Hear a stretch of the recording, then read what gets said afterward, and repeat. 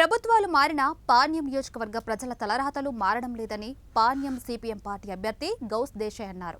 నేటికి నియోజకవర్గంలో త్రాగునీటి కష్టాలు అలాగే ఉన్నాయని, పెండింగ్ ప్రాజెక్టులను పూర్తి చేయడంలో రాష్ట్ర ప్రభుత్వంతో పాటు స్థానిక ఎమ్మెల్యే విఫలమయ్యారని ఆయన ఆరోపించారు. పాణ్యం ఎమ్మెల్యేగా గెలిపిస్తే ప్రజల కష్టాలను తీరుస్తాను అంటున్న సిపిఎం పార్టీ అభ్యర్థి గౌస్ దేశాయ్తో మా ప్రతినిధి Mallikarjuna face to face. Kurnool జిల్లా పాణ్యం నియోజకవర్గంలో సిపిఎం పార్టీ అభ్యర్థి గౌస్ దేశాయ్ ఎన్నికల ప్రచారంలో దూసుకుపోతున్నారు. గత 2 నెలల నుంచి కూడా పూర్తి స్థాయిలో ప్రజలతో మమేకమవుతూ ప్రజల సమస్యలను ఆయన తెలుసుకుంటూ రానున్న ఎన్నికల్లో ఓటు వేయాలని చెప్పేసి కూడా ఆయన ప్రచారం నిర్వహిస్తున్నారు. ప్రస్తుతం మనతో పాటు గౌస్ దేశాయ్ గారు ఆయనతో మాటల ప్రయత్నం చేద్దాం. సార్ చెప్పండి, వాళ్ళ ప్రచారం ఏ విధంగా కొనసాగుతుందండి? మొత్తం పాణ్యం నియోజకవర్గంలో అర్బన్ ప్రాంతంలో 15 వార్డులు ఉన్నాయి, అట్లే 4 మండలాలు ఉన్నాయి. ఇప్పటికీ దాదాపు ఒక రౌండు అన్ని ప్రాంతాల్లో అన్ని మండలాల్లో కూడా పూర్తి చేశాం. ప్రజల నుంచి చాలా మంచి స్పందన వస్తుంది. ప్రజలు ఏం చెప్తున్నారంటే, అసలు ఇప్పుడు దాకా మీరు ఎందుకు పోటీ చేయలేదు, మేము వాళ్ళ ఇద్దరి మధ్యనే తప్ప మూడో వ్యక్తి ఎవడొస్తాడని ఎదురు చూస్తున్నాం, పోరాటం చేసేటువంటి పార్టీగా మీరు వచ్చారు, చాలా మంచి పని చేశారు ఈ ప్రాంతంలో మీరు పోటీ చేసి అని చెప్పేసి చెప్తా ఉన్నారు. సమస్యలు కూడా చాలా పెద్ద ఎత్తున చెప్తున్నారు, చాలా నిరసనలు వ్యక్తం చేస్తూ ఉన్నారు. మీరు కర్నూలు అర్బన్ కానివ్వండి, కల్లూరు మండలం కానివ్వండి, పాణ్యం కానీ, గడివేంల కానీ, ఓరోకలు కానీ, నేను అన్ని ప్రాంతాల్లో తిరిగితే ఎక్కడ సమస్య చెప్పని వాళ్ళంటూ లేరు. ఎక్కడ పోయినా అనేక రకాల సమస్యలు చెప్తున్నారు. నేను ఈ సందర్భంగా ప్రజలు కానీ కొన్ని విషయాలు చెప్పదలుచుకున్నాం. మేము గడివేమల నుంచి మొదలుపెట్టుకుంటే, గడివేమలలో రైతాంగానికి ఉపయోగపడేటువంటి ఒక పెద్ద సాగునీటి రిజర్వాయర్ ఉంది, అలగనూరు రిజర్వాయర్. అది నాణ్యత లేకుండా కట్టారు, సరిపోని కట్టారు. కట్టిన తర్వాత ఏంటి, ఇప్పుడు గండిబడి 4 సంవత్సరాలు అయిపోయింది. గండిబడి 4 సంవత్సరాలు అయితే ఇప్పుడు దాకా దాన్ని పూర్తి చేయలేదు. పెద్ద డబ్బులు కూడా ఖర్చు కావు, మొత్తం కలిసి 3 కోట్లు లేదా 4 కోట్ల కంటే ఎక్కువ ఖర్చు కాదు. ఆ గండి పూడిస్తే ఆ ప్రాంతంలో దాదాపు 2 మండలాలకు సాగునీరు తాగునీరు 60,000 ఎకరాలకు సాగునీరు అందేటువంటి అవకాశం ఉంది. దాదాపు ఒక 30-40 గ్రామాలకు తాగునీరు అవకాశం ఉంది. వాళ్ళు అడుగుతున్నారు, దాని గురించి కనీసం మాట్లాడేవాడు కూడా లేడు, మీరు వచ్చి మాట్లాడుతున్నామని చెప్తా ఉన్నారు. మేము అదే ప్రజలు చెప్పాం, మమ్మల్ని ఆశీర్వదించండి, ఖచ్చితంగా మేము అసెంబ్లీలో పోరాటమే కాదు బయట పోరాటం చేసి కూడా ఆ రకంగా సాధిస్తామని చెప్పి చెప్తున్నాం. అదే కాదు, పాణ్యం మండలంలో 3 చిన్న పరిశ్రమలు మూతపడ్డాయి, మిల్లులు మూతపడ్డాయి. మిల్లులు మూతపడితే పాణ్యంలో హెడ్ క్వార్టర్లో ఉన్నటువంటి ఆ ప్రాంతంలో నాది అని చెప్పుకున్నట్టు రామోపల్రెడ్డి గారు ఇప్పుడు దాకా దాని గురించి ఒక మాట కూడా మాట్లాడట్లేదు. మేము ఎన్నిసార్లు చెప్పినా చేస్తాం చూస్తాం అన్నట్టు ఆలోచన తప్ప ఎక్కడ పట్టించుకోవట్లేదు. గతంలో గౌరీ చరిత్ర కూడా మేము చెప్పాము, ఆమె ఎమ్మెల్యేగా గెలిచినప్పుడు వాళ్ళు కూడా పట్టించుకోవాలి, అంటే కార్మికులందరూ కూడా బజారు పాలు ఉన్నారు తప్ప మా ఆలోచన గురించి చేయట్లేదు అని చెప్తా ఉన్నారు. అంటే ఈ ప్రాంతంలో తాగునీరు చాలా సమస్య తీవ్రంగా ఉంది. గ్రామాల్లో రోడ్ల సమస్య అయితే ఇంకా అధ్వానంగా, ఎక్కడ కూడా కొన్ని ప్రధాన రహదారులు తప్ప మండల కేంద్రంతో గ్రామాలకు లింక్ అయినట్టు రోడ్లు ఏ రోడ్లు కూడా బాగలేనట్టు పరిస్థితి ఈరోజు ఉంది. రాష్ట్ర వ్యాప్తంగా ఉంది, ఈ జిల్లాలో కూడా అదే పరిస్థితి ఉంది. మనం కల్లూరు మండలంలో మనం చూస్తే చెన్నారాయి తిప్ప రిజర్వాయర్ చాలా రోజులు ఈ ప్రాంతంలో డిమాండ్ ఉంది. గతంలో గాజులదిన్నె ప్రాజెక్టు ద్వారా ఆ రిజర్వాయర్కి నీళ్ళు వెళ్ళి కల్లూరు ప్రాంతంలో ఉన్నటువంటి అనేక గ్రామాలకు సాగునీరు వచ్చేది. ఇప్పుడు ఏమో గాజులదిన్నె ప్రాజెక్టు మొత్తం కూడా బూడిపోయి అది తాగునీటి ప్రాజెక్టుగా మారిపోయింది. గత 15 సంవత్సరాల నుంచి డిమాండ్ చేస్తున్నాం, హంద్రీ నివా ద్వారా దాన్ని నింపండి అని చెప్పేసి చెప్తా ఉన్నాం. ముఖ్యమంత్రి వచ్చినప్పుడు కూడా అడిగాం మేము సిపిఎం పార్టీగా. ప్రజలు కూడా ఈరోజు చెప్తున్నారు, ఆ రిజర్వాయర్ ద్వారా మనకు సాగునీరు వచ్చేట అవకాశం ఉంది, కానీ దాని గురించి ఆలోచన చేసేటవాడు లేడు అని చెప్పి చెప్తా ఉన్నారు. అక్కడ కూడా ప్రజలు చెప్పాము, మేము జిల్లాలో త్రాగునీరు ప్రాజెక్టు ఏర్పాటు చేయడం కోసం ప్రభుత్వాన్ని ఒత్తిడి తీయడానికి 4 రోజులు మేము పాదయాత్ర చేసాం. రాబోయే కాలంలో ఖచ్చితంగా దానిపైన ఉద్యమాన్ని కొనసాగిస్తామని చెప్పి చెప్తా ఉన్నాం. అలాగే ఓరకల్ మండలంలో సోలార్లో భూములు పోయినాయి, ఏపీఐఏసీలో భూములు పోయినాయి, ఇప్పుడు హైడల్ ప్రాజెక్టు ద్వారా భూములు పోయినాయి. మీరు పిన్నాపురం గ్రామానికి వెళ్ళాం, పిన్నాపురం గ్రామంలో భూములు కోల్పోయినట్టు చాలా పేదలు, గిరిజనులు, దళితులు ఇప్పటికీ డబ్బులు రాలే. ఏం భయపడిస్తున్నాడు అయినా, కమ్యూనిస్టులు వస్తే మాత్రం ఉన్న డబ్బులు కూడా రావని చెప్పేసి ప్రజల్ని భయపడిస్తున్నారు. అంటే భయపడిచ్చి ఎన్ని రోజులు ప్రజల్ని ఆ రకం ఉంచగలుగుతారు? ప్రజలు తిరుగుబాటు చేయడానికి సిద్ధంగా ఉన్నారు. మీరు తరగనపల్లిలో మనం చూసాం, 2 గంటలు స్థానిక ఎమ్మెల్యే కాటసన రూపంలో బయటకు కూడా రానియలేదు. అంత వ్యతిరేకత ప్రజల్లో ఉంది. ఎప్పుడైతే ఎన్నికల బ్యాలెట్ బాక్సులు ఎప్పుడు వస్తాయి, ఈవీఎం మిషన్లు ఎప్పుడు వస్తాయి, ఎప్పుడు ఓటేయాలంటే ఎదురు చూస్తూ ఉన్నారు. ఈరోజు మేము సిపిఎం పార్టీగా ప్రజల దగ్గర పోయినప్పుడు వాళ్ళు చెప్తున్నారు, కర్నూలు అర్బన్లో మీరు చేసిన డెవలప్మెంటే, మీరు గఫూర్ గారు ఉన్నప్పుడు చేసిన డెవలప్మెంటే, ఇప్పటిదాకా తాగునీరు కానీ రోడ్ల వ్యవస్థ కానీ ఇళ్ల నిర్మాణం కూడా ఎవరు చేపట్టలేదు. కాబట్టి ఖచ్చితంగా మీకే ఇస్తాం. ఎందుకంటే ఎవరు లేక గత్యంతరం లేక వాళ్ళకి వేయాల్సిన పరిస్థితి వచ్చింది. మీరు వచ్చారు కాబట్టి ఖచ్చితంగా పోరాడే పార్టీగా మీకు వేస్తామని చెప్పేసి ప్రజలు చాలా పెద్ద ఎత్తున మాకు ఆదరణ చూపిస్తూ ఉన్నారు. సార్ చూసుకుంటే గత 5 ఏళ్ల కిందట పుడిసలో ఎన్నో అనేకమైనటువంటి హామీలు ఇచ్చారు.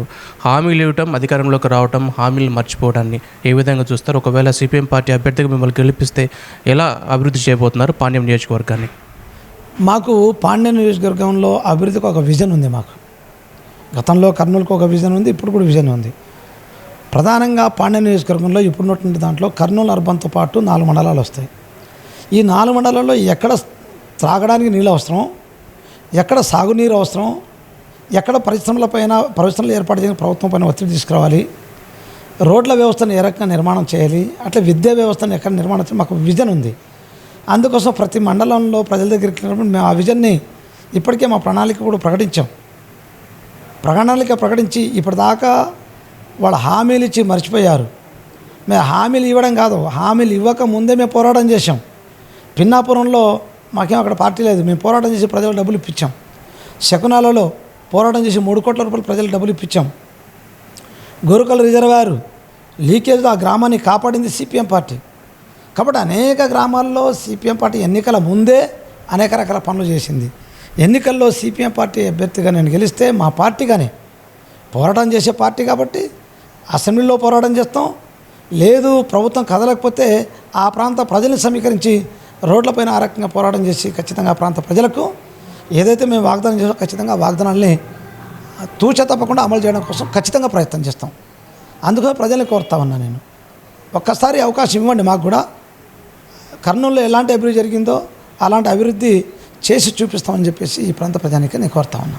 ముఖ్యంగా ప్రజలకు మౌలిక వసతులు అనేటివి ఉంటాయి. త్రాగునీరు కావచ్చు, సాగునీరు కావచ్చు, ఇలాంటి అంశాలు చాలా ఉంటాయి. అంటే అధికారంలోకి వచ్చినటువంటి ప్రభుత్వాలు మర్చిపోతారు, గెలిచినటువంటి ఎమ్మెల్యే కూడా ఆ విషయాన్ని పూర్తిగా మర్చిపోవడానికి మనం ఏ విధంగా చూడాలి? ఎందుకంటే కనీసం త్రాగడానికి కూడా నీళ్ళు లేనటువంటి దుర్భరమైన పరిస్థితి మనకు పాణ్య నియోజకవర్గంలో ఉంది.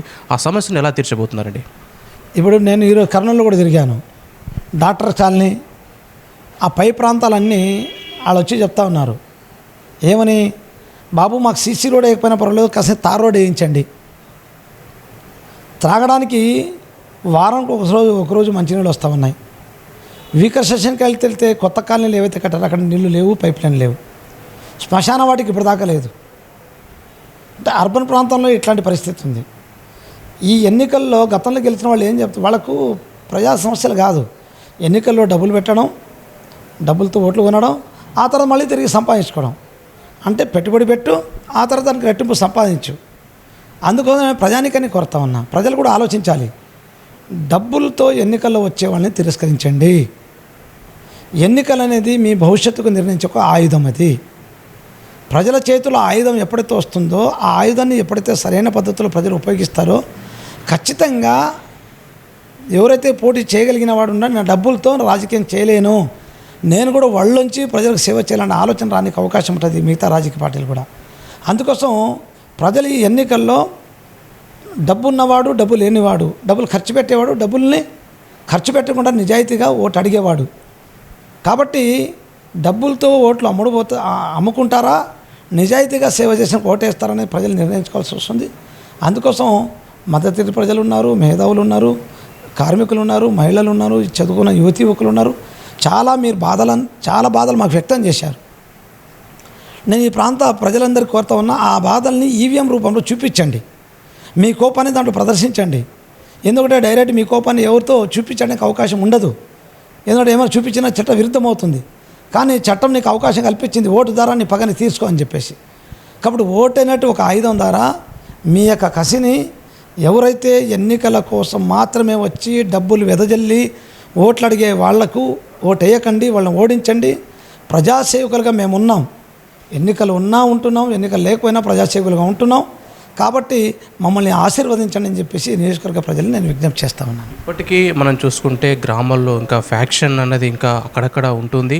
ఒక భయంతోనే ఓటింగ్ జరుగుతుంది. ఒక గ్రామంలో మనం ఇప్పుడు ఓటు వేయకపోతే ఒక నాయకుడికి ఆ నాయకుడు భవిష్యత్తులో ఏమైనా ఇబ్బంది కలిగిస్తాడన్న ఒక భయంతో కూడా ఇప్పటికి ఇంకా ఓటింగ్లో పాల్గొంటున్నారంటే స్వాతంత్రం వచ్చి ఇన్ని సంవత్సరాలు అవుతున్నప్పుడు కూడా స్వేచ్ఛగా ఓటక్కు వినియోగించుకునేటువంటి పరిస్థితి లేదు. అలా ఓటక్కు వినియోగించుకోవడానికి సిపిఎం పార్టీ ఎలా వాళ్ళని ఉత్తేజపరుస్తుంది? మీరు చెప్పింది కరెక్టు. నేను కొన్ని గ్రామాలకు వెళ్ళినప్పుడు మాకు అన్నం పెట్టే దాతలు కూడా రైతు అంగములు అన్నం మేము పెడతాం, కానీ మా ఇంటి దగ్గర మేము పెట్టలేము, దయచేసి మా బాధల్ని అర్థం చేసుకోండి అని చెప్పేసి నేను ఆయన అడిగాను, ఏంటి మీ బాధ అంటే, మిమ్మల్ని ఆదరించాలని మాకు కోరిక ఉంది, కానీ ఆ తర్వాత మాకు అనేక రకాల ఇబ్బందులు పెట్టి పొలాల దగ్గర తగాదా పెడతారు, ఇండ్ల దగ్గర తగాదాలు పెడతారు, ఏదో ఒక చోట మనకు ఇరికించే ప్రయత్నం చేస్తారు. ఈ భూస్వాములు ఉన్నంత వరకు మా బతుకులు ఇలాగే ఉంటున్నాయి. గ్రామాల్లో 2 గ్రూపుల మధ్య తగాదా పెట్టి ఒక గ్రూపుని తమ వైపు పెట్టుకునే ప్రయత్నం చేస్తారు. ఆ గ్రూపు ప్రజలపైన పెత్తన చెలాయించి మీ ఓటేస్తారని భయభ్రాంతులు సృష్టించే ప్రయత్నం చేస్తూ ఉన్నారు. అందుకోసం నేను వెళ్ళిన ప్రతి గ్రామంలో నేను ఆ ప్రజానీకాన్ని హామీ ఇచ్చాను, మీరు ధైర్యంగా ముందుకు రండి, మా కార్యకర్తలు ప్రాణాలు అడ్డం పెట్టి మిమ్మల్ని కాపాడుతారు. సిపిఎం పార్టీకి ఆ చరిత్ర ఉంది. సిపిఎం పార్టీ కార్యకర్త ఒక్కడు ఉంటే చాలాడా, ప్రజల్ని కాపాడే శక్తి సిపిఎం పార్టీకి ఉంది. అందుకోసం ఫ్రాక్షనిస్టుల నుంచి కాపాడబడాలన్నా, దౌర్జన్యకారుల నుంచి కాపాడబడాలన్నా, తగాదా పెట్టేటువంటి వాళ్ళ దగ్గర నుంచి కాపాడబడాలన్నా ఈరోజు సిపిఎం పార్టీ కవచంలాగా మిమ్మల్ని కాపాడుతుంది. మీరు దయచేసి ధైర్యంగా ఓటు వేయండి, ధైర్యంగా ముందుకు రండి. ఆ తర్వాత కూడా ఏమి ఇబ్బంది వచ్చినా ఖచ్చితంగా మీ సేవకులుగా మీకు అండదండలు ఇవ్వడానికి సిపిఎం పార్టీ మొత్తం నాయకత్వం సిద్ధంగా ఉంటుందని చెప్పేసి ప్రజానీకానికి నేను హామీ ఇస్తా ఉన్నాను.